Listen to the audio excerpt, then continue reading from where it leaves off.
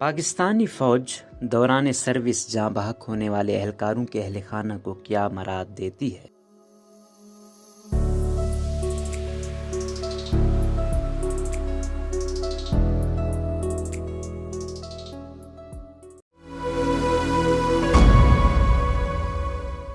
فرحت جاوید کے مطابق کچھ لمحے قبل میجر سعید کی تدفین ہوئی تھی اور اس کے بعد ملٹری پروٹوکول کے مطابق فوجی دستے نے انہیں سلامی پیش کی. پھر ایک بریگیڈیئر میجر سعید کے رینکس کیپٹن اور پاکستان کا پرچم اٹھائے ان کے والد کی جانب بڑھے. میجر سعید نے رواں ہفتے بلوچستان میں ہیلی کاپٹر حادثے میں اپنی جان گنوائی. ان کی تدفین ان کے آبائی گاؤں میں ہوئی اور تدفین کے بعد یہ تمام مناظر ملٹری پروٹوکول کا حصہ ہیں جن کی پابندی کسی بھی فوجی کے دوران ڈیوٹی موت کے بعد تدفین کے موقع پر کی جاتی. مگر میجر سعید کی نماز جنازہ کے بعد وائرل ہونے اس ویڈیو میں خاص بات پرچم پیش کرنے والے بریگیڈیئر اویس کا رویہ ہے. میجر سعید کے ضعیف والد ویل چیئر سے اٹھ کھڑے ہوئے اور سامنے موجود بریگیڈیئر کے ہاتھوں سے پرچم لیتے وقت جھنڈے اور اپنے بیٹے کی کیپ کو چوما، لیکن لمحہ بھر وقفے کے بعد انہوں نے بریگیڈیئر کے ہاتھ چومے. یہ مناظر بھی اکثر نظر آتے ہیں جب ضعیف والدین سامنے موجود فوجی یا پولیس افسر کو یونیفارم میں دیکھ کر جذباتی ہو جاتے ہیں، لیکن اس کے بعد نظر آنے والے منظر نے گزشتہ روز سے ہی ان کی ویڈیو کو وائرل کیا ہے. بریگیڈیئر اویس نے میجر سعید کے والد کے دونوں ہاتھ اور ماتھا چوما اور پھر انہیں سیلیوٹ پیش کیا. ان کی اس ویڈیو کو سوشل میڈیا صارفین نے بہت شیئر کیا اور اس کے اس رویے کو سراہا.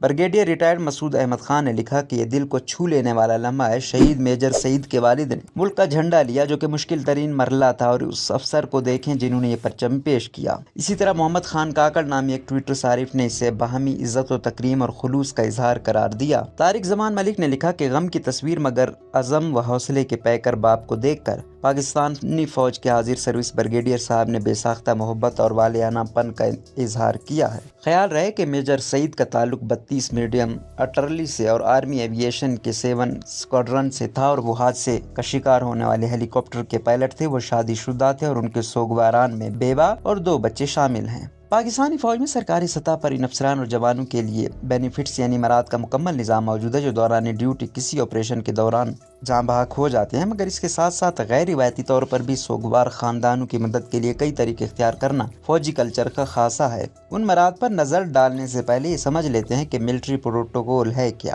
پاکستان آرمی میں کسی بھی افسر یا جوان، junior commission, naan commissioned officers کی موت 2 کیٹیگریز میں تقسیم کی گئی ہے. ایک ڈیتھ ان سروس جبکہ دوسری شہادت ہے. ان دونوں صورتوں میں سوگوار خاندان کو ملنے والی امراض مختلف ہیں. یہاں یہ بھی قابل ذکر ہے کہ ملک بھر میں بعض ایسے اصول ضرور واضح کر دیے گئے ہیں جنہیں آپریشنل قرار دیا گیا اور یہاں طبعی موت بھی شہادت تصور کی جاتی ہے. ان میں بلوچستان کے کچھ علاقے، سابقہ فاٹا کے بعض حصے اور سیاچین کے کچھ ایریاز شامل ہیں. اسی طرح دوران پرواز حادثہ پیش آنے کی صورت میں جاں بحق ہونے والا فوجی شہید تصور کیا جاتا ہے. اس ضمن میں حتمی فیصلہ فوجی کرتی ہے. جب کوئی افسر فوجی قواعد و ضوابط میں شہید تصور کر لیا جائے تو اس کا معاملہ GHQ میں قائم ایڈجوٹنٹ جنرل یا AG برانچ کے پاس پہنچ جاتا ہے. یہاں ایک ذیلی ادارہ ویلفیئر اینڈ ریہیبلیٹیشن ڈائریکٹریٹ قائم ہے جس کے ماتحت شدہ سیل کام کر رہا ہے جس کی سربراہی ایک بریگیڈیئر افسر کرتا ہے. یہ سیل کسی بھی آپریشن کے دوران جاں بحق ہونے والے افسران اور جوانوں کے اہل خانہ کے لیے مختص مراد کی فراہمی یقینی بناتا ہے. جنرل ریٹائر اشفاق پرویز کیانی کے دور میں دوران ڈیوٹی آپریشن کے دوران جاں بحق ہونے والے فوجی اہلکاروں کے لیے مراد سے متعلق متعدد سکم ختم کرنے کی کوشش کی گئی اور فوج میں ایک مربوط نظام طے کیا گیا. یہ مراد کیا ہیں ان کا ذکر کچھ دیر میں کیا جائے گا.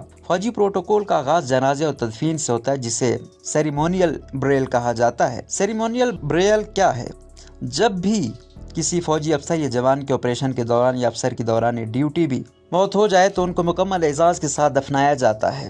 تاہم اعزازی فائر صرف شہادت کی صورت میں کیا جاتا ہے. گارڈ آف آنر کے بعد ان فوجی اہلکاروں کے یونیفارم کے کچھ حصے پیش کیے جاتے ہیں.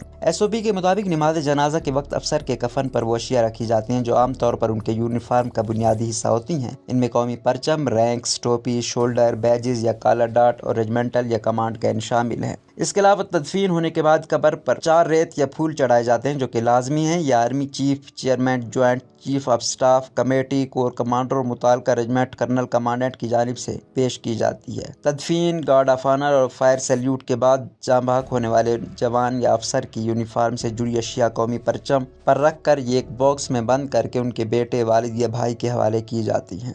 سرکاری و غیر روایتی مراد اور امداد. پاکستان کی تینوں مسلح افواج میں دوران آپریشن یا ڈیوٹی کے دوران جاں بحق ہونے کی صورت میں مراد کا نظام موجود ہے، تاہم سب سے مضبوط اور مربوط نظام خود بری فوج میں ہی ہے۔ اس کی ایک بڑی وجہ فوجیوں کی تعداد اور براہ راست آپریشن اور جنگوں میں حصہ لینا ہے۔ خاص طور پر دہشت گردی کے خلاف جنگ کے دوران ہزاروں اموات پاکستانی آرمی کے جوانوں اور افسران کی ہوئیں، تاہم سرکاری مراحل کے علاوہ یونٹ اور کورس کی سطح پر بھی جاں بحق ہونے والے افسران اور جوانوں کے اہل خانہ سے رابطہ قائم رکھا جاتا ہے۔ اس ضمن میں سب سے زیادہ سرگرم افسران کے گروپس ہیں۔ BBC سے بات کرتے ہوئے ایک فوجی اہلکار نے بتایا کہ آرمی میں کئی ایسے لانگ کورسز ہیں جو اپنے کورس کے شہداء کے اہل خانہ کے لیے رضاکارانہ طور پر فنڈ جمع کرتی ہیں۔ ان فیملیز کے مسائل ذاتی دلچسپی لے کر حل کیے جاتے ہیں اور یہ سب فوج کے کلچر کا حصہ ہے۔ ان کے بچوں کو یہ احساس نہیں ہونے دیا جاتا کہ وہ تنہا ہیں۔ اسی طرح ایک اور فوجی اہلکار نے بتایا کہ ان کے کم از کم 6 کورس میٹس ہیں جن کی مختلف آپریشنز کے دوران جان چلی گئی، جس کے بعد ان کی امیڈیٹ فیملی ممبرز کے ساتھ مستقل رابطہ رکھا گیا ہے تاکہ انہیں یقین رہے کہ ہم ان کے دکھ میں شریک ہیں اور فوجی بھائی کے چلے جانے کے بعد بھی وہ ہمارے خاندان کا حصہ ہیں۔ ایسا ممکن ہی نہیں ہے کہ ہمیں اپنے کسی شہید کورس میٹ کی فیملی میں کسی مسئلے کا علم ہو جائے اور ہم اسے حل نہ کریں۔ ہر کورس اور ہر یونٹ اپنے شہید ہونے والے افسران اور جوانوں کی وجہ سے پہچانی جاتی ہے اور اسی لیے ہم ان کے اہل خانہ کو اہم ترین مقام دیتے ہیں۔ فوج میں کسی بھی جوان یا افسر جن کی دوران آپریشن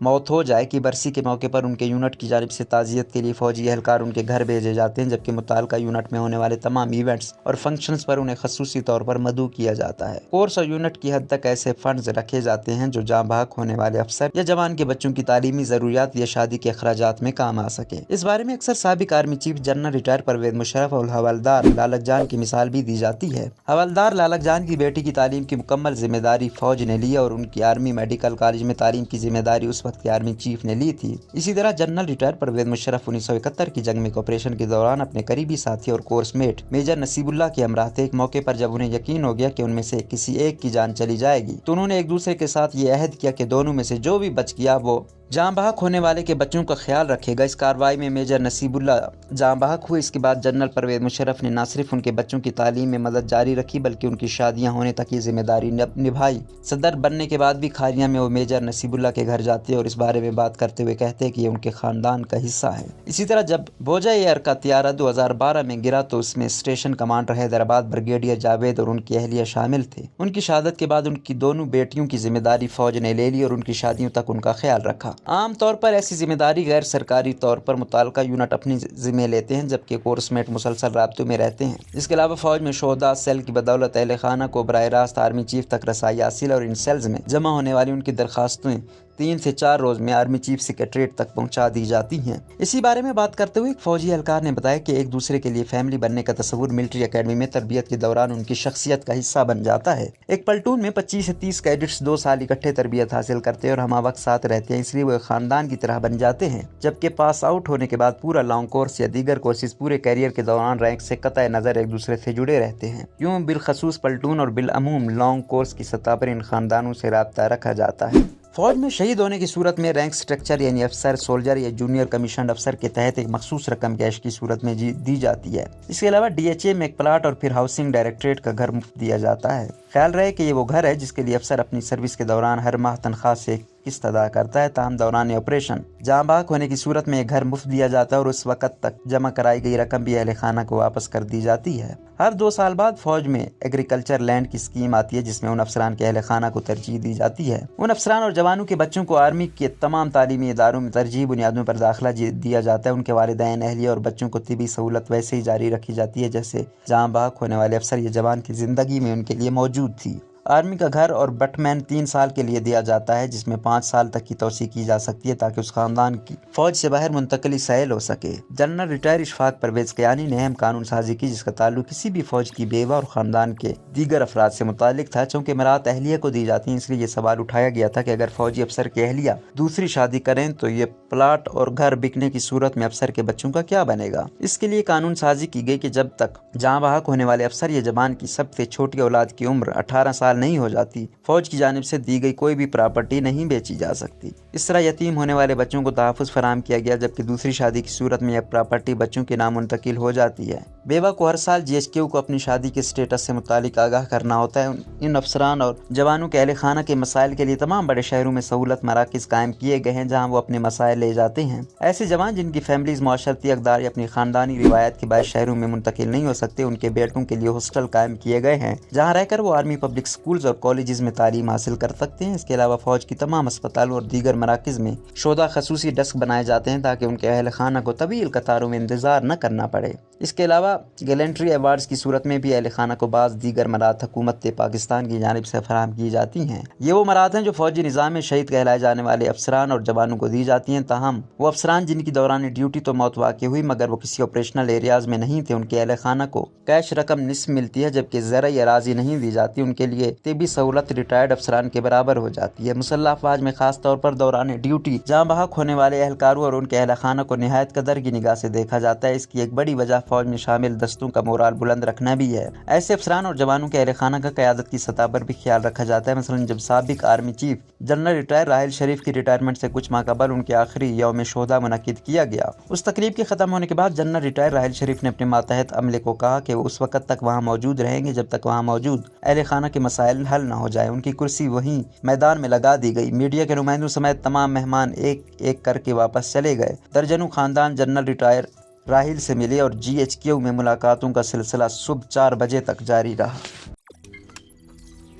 روزنامہ قدرت کی ویڈیو دیکھنے کے لیے ابھی YouTube چینل پر سبسکرائب کریں اور بیل آئیکن پر بھی کلک کریں۔